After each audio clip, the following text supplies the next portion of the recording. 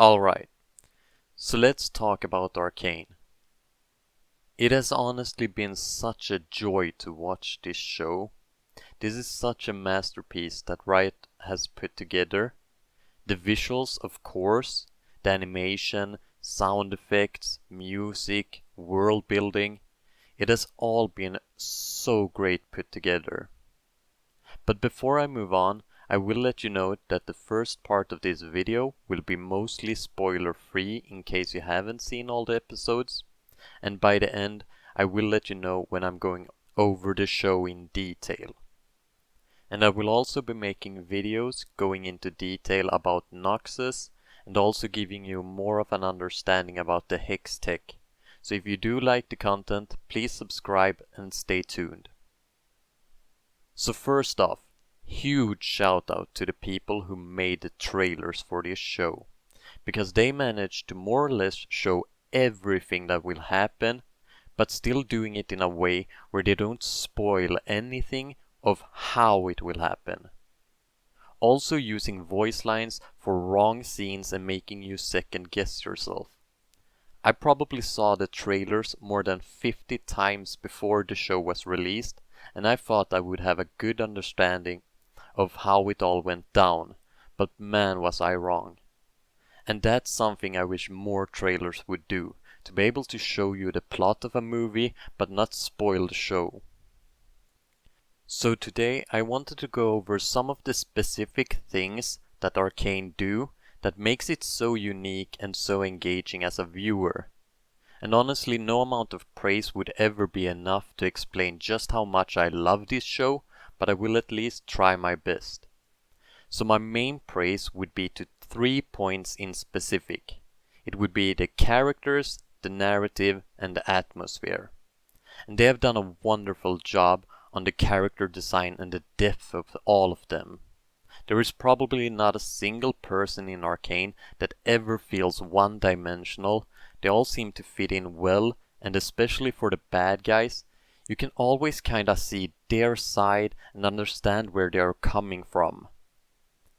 No character ever felt truly black or white, good or evil. The only person, in my opinion, that felt a bit bland was Grayson, but even she had some gray zones. Pun intended. So for the characters, the way they portray emotions is done with such fine touches. The way they animate the eyes and eyebrows to really give you an understanding of what they are thinking or feeling is just great. And if you play a lot of games, you know that neck movement is something that often feels janky or off-putting, but the way they have done it in this show makes every animation look smooth and fluid. As I mentioned before, everyone in this universe feels alive and feels like they have some sort of place in the world. And it also makes it kinda easy to be able to sympathize with the bad guy. And in turn, this also makes it kinda hard to be able to trust any of the good guys, because you honestly never know what their real intentions may be. And no character is really perfect, and that is in my eyes what makes this show so special and so perfect. And this kinda leads us into the narrative part. Riot as a company already has a huge fan base to please, so the expectations are set really high for this show. And as a long-time fan of League, they did an excellent job on every character. But not only that, they also made it very easy and engaging for any newcomers. And even if you know the end product of all these characters like I do, the show makes a great job of building them up for the characters we know in the game. And my favorite example of this is how they showed Echo's abilities without even having to show anything at the same time. But this scene wouldn't have been anything if not for the atmosphere that they have created. And with that, I mean anything from the music that always sets you in the mood for calm, the sound effects when someone hits you in the face, or the different types of art they use, when we see Powder going crazy or Echo fighting, the differences between Piltover and the Nation of Zaun. All of this combined, and it just makes for the best show, or better yet, the best art that I have ever seen created before. So, let's get into the spoiler part of the video. So I wanted to start off by talking about Echo, because I think they did a fantastic job with this character design. And Echo has probably been my favorite part of this act. The way they set it up, the reunion between Vi and Echo was so well put together. We get to see Echo standing in front of this mural, and it kinda lets us know that Echo sees Powder as dead already. So when we later see them standing on the bridge in front of each other and Dynasties and Dystopia started playing, I got so excited. And also the dynamic between the two of them. Jinx calling out to him, calling him the boy savior, and him kinda recognizing this, and he then pulls out that stopwatch, and it kinda seems like he suppresses Jinx a bit and pulls out Powder. And unfortunately, this is basically where Jinx kills Powder. And just quickly on the side, did you notice behind Jinx? Yeah, that's clear foreshadowing. If you watched my last video, I talked about what the raven symbolizes. And if you haven't seen it, it would be that Swain, Grand General of Noxus, has been keeping an eye on what's going on with the Hextech.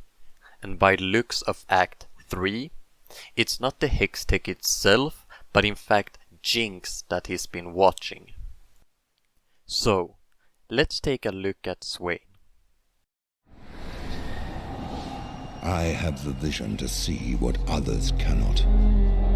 The monsters of today will be the heroes of tomorrow. And by my hand will Noxus rise once more.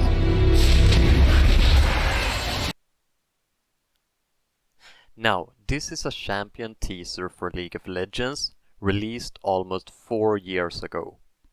But him saying that the monsters of today will be the heroes of tomorrow could be applied to Jinx in this case. And knowing that Noxus wants to weaponize magic, or Hextech, would also lead us to believe that he would be interested in Jinx, since she already has the potential to be the strongest character we've seen so far. But as I mentioned before, if you want to learn more about Noxus, Swain, and also Mel and her mother, I will make a separate video where I will deep dive into their city. So for now, let's leave it at that. And then we have Silco, taking Jinx in and training her to become this killing machine, lying and deceiving her to push her further from her family and friends, but also caring for her like his own daughter, and even refusing to give her up, even when it meant he would get everything that he ever wanted. But as bad as Silco might be, he's still such a good bad guy, using any dirty trick to get an upper hand over Piltover or even the Chem Barons. Now that scene gave me mad respect for Silco. And then we have the dynamic between Jace and Mel, so let's start with Mel. She starts off seeing the potential of Hextech and what that might mean for her in terms of money and power, and we later know that much of her drive seems to come from her mother and Noxus. To not be a part of a society that has such brutal mindset. And Mel always pushes Jace to advance the Hextech, but it's not until she receives a letter from her mother when you can truly see the fear in her eyes. That's when she meets up with Jace and Victor to say that they might need some sort of countermeasures. using the Undercity as a reasoning, even though she knows there is a far greater threat on the horizon.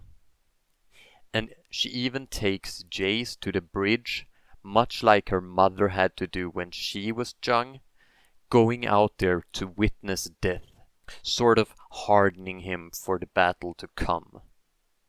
And once her mother finally gets there and meets up with Jace, that's when we finally see that Mel actually cares for Jace. Mel also goes back on the idea of developing weapons and reasons for peace with the Undercity.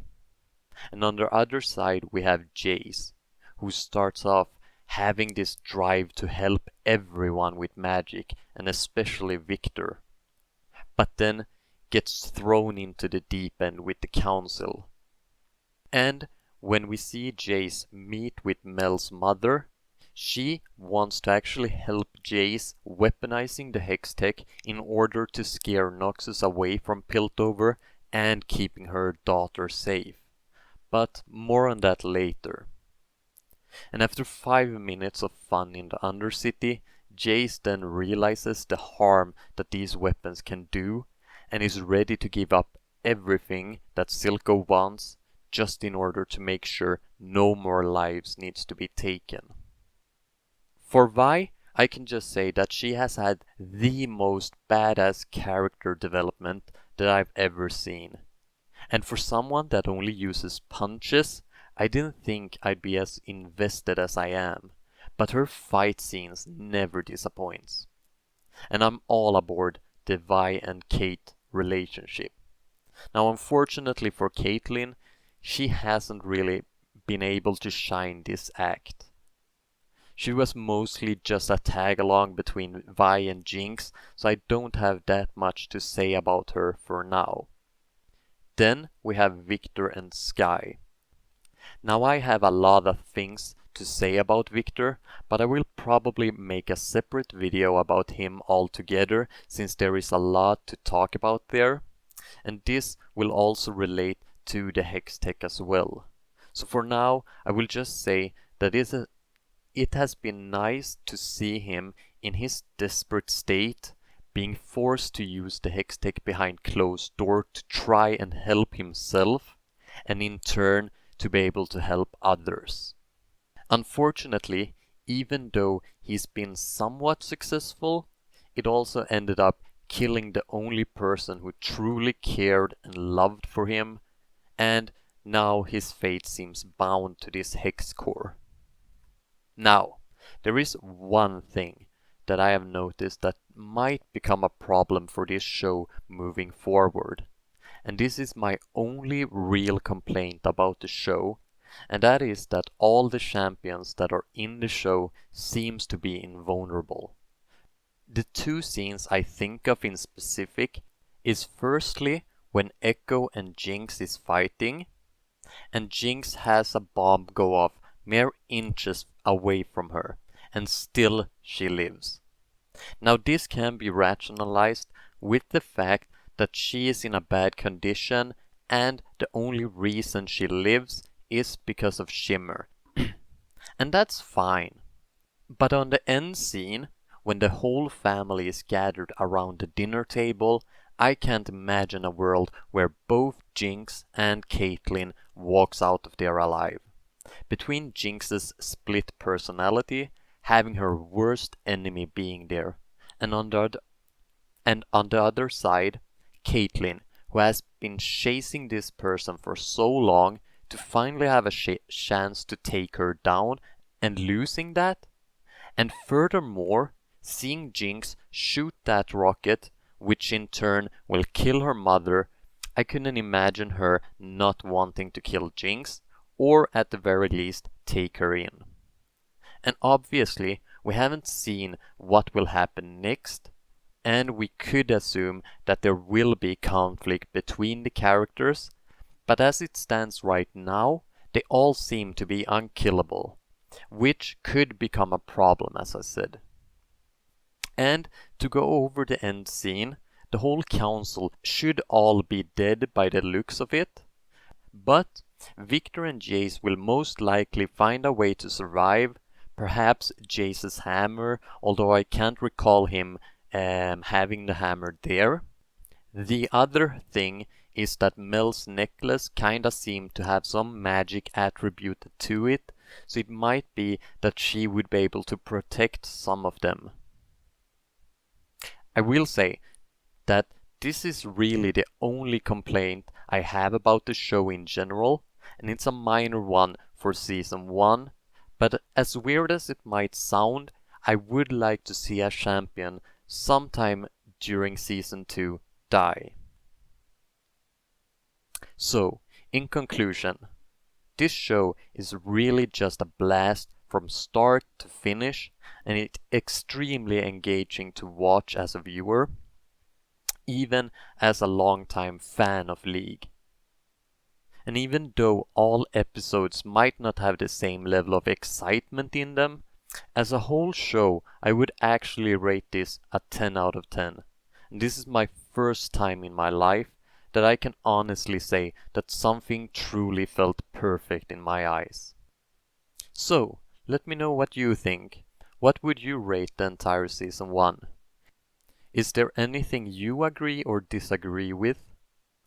As always, thank you so much for staying with me this long. If you liked the video, please leave a like, subscribe, and until next time. Hi hi.